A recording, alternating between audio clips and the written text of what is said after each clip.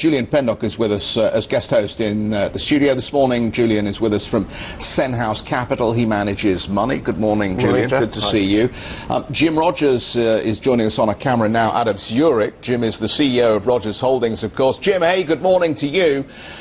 Jim, we're sort of through this 12,000 level on the Dow here, and we just seem to be hanging on to it with our fingertips here.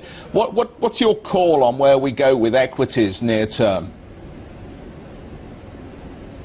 Well, Jeff, I don't own very many equities. I haven't bought many equities in a while because I don't know what's going to happen to the world economy, but I expect more currency turmoil, more social unrest, more governments collapsing.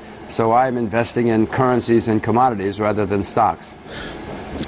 Commodities and currencies, so pick some for us, Jim. Let's get you to just explain what your investment thesis is right now. Jeff, I've been explaining to you and to everybody on CNBC for a year and a half or two now that food prices are going to go through the roof. They're going to explode.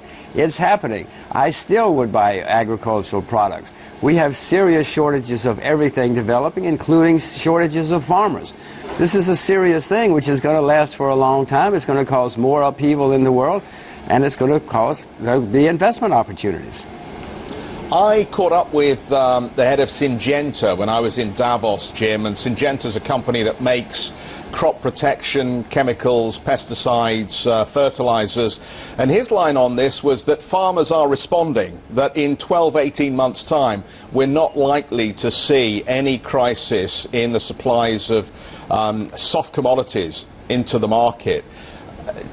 Isn't that an indication that perhaps we should be a little wary about chasing the agricultural food price rises that we've seen?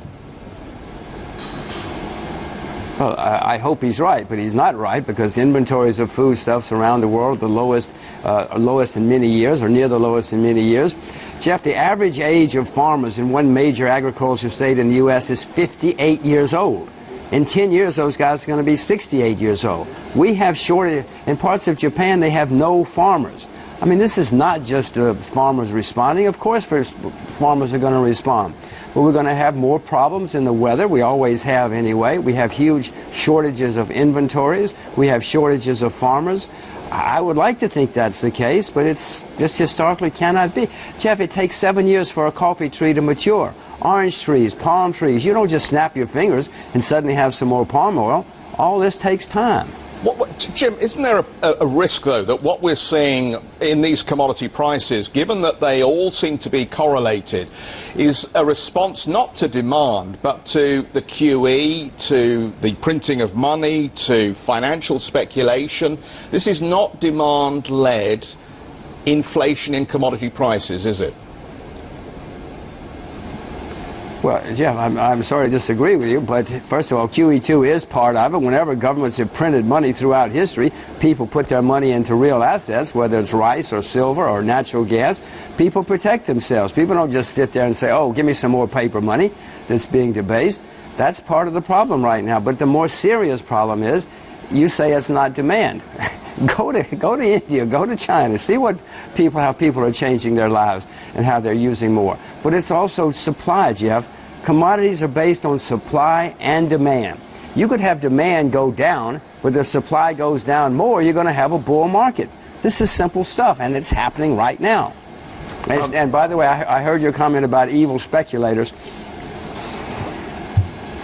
Jim, Julian here. Last time I spoke to you, always very, very bullish commodities and very bullish China. Now, surely there's a bit of an inherent tension there, given that the one kind of inflation that China can ill afford, like any of these countries, is food inflation. So, obviously, the Chinese market's been a real dog for quite some time.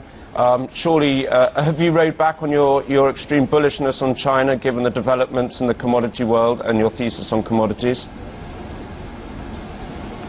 No. Why should I? I mean, China will have setbacks along the way. America had plenty of horrible setbacks along the way. I haven't bought any Chinese shares since November of 2008.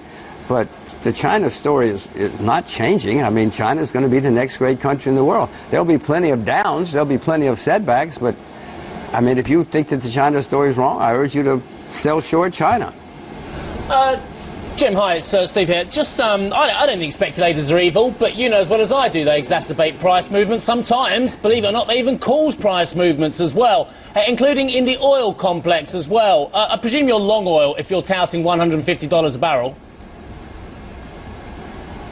I'm long all commodities. I've been long all commodities for 12 years now. I'm long every single commodity that trades in the public.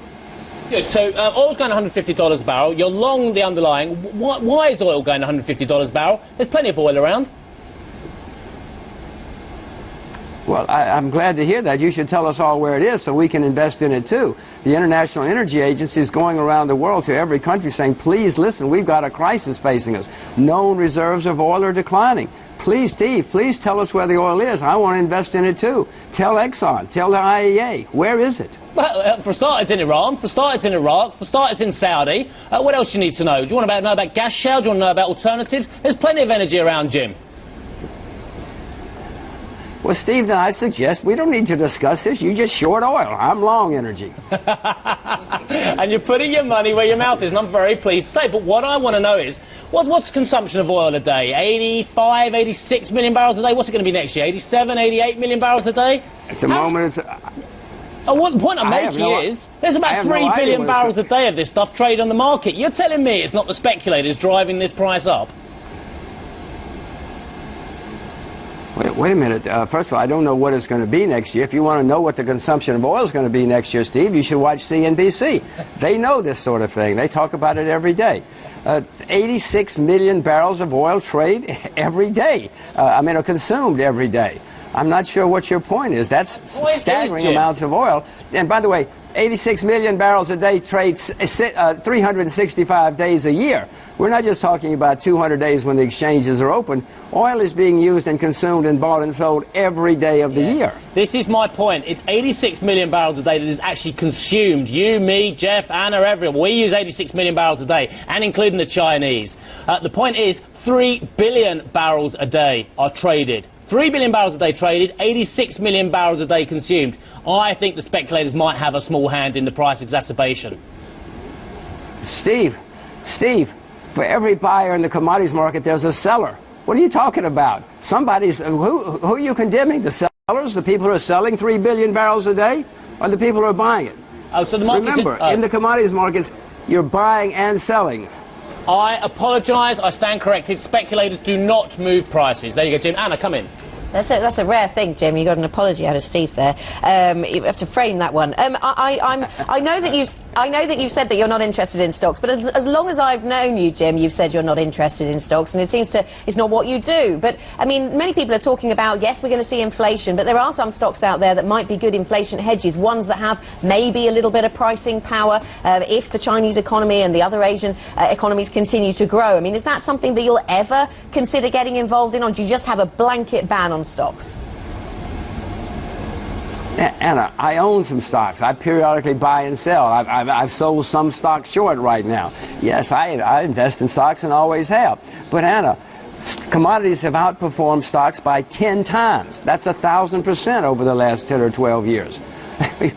Why aren't you doing only commodities, for goodness sakes? It's outperformed stocks by 1,000%. We'll change the name of the show. To me, it's pretty simple. We'll have to change the name of the show. You should change it to Commodities. Squawk Box. Yes, that would be good. Commodities NBC. Which stocks would you short at the moment then, Jim? Well, I'm short emerging market ETFs. I'm short some of the NASDAQ ETFs in the United States. That's essentially where I'm short. Not I have big shorts, but I have started shorting again. For a long time, I had no shorts.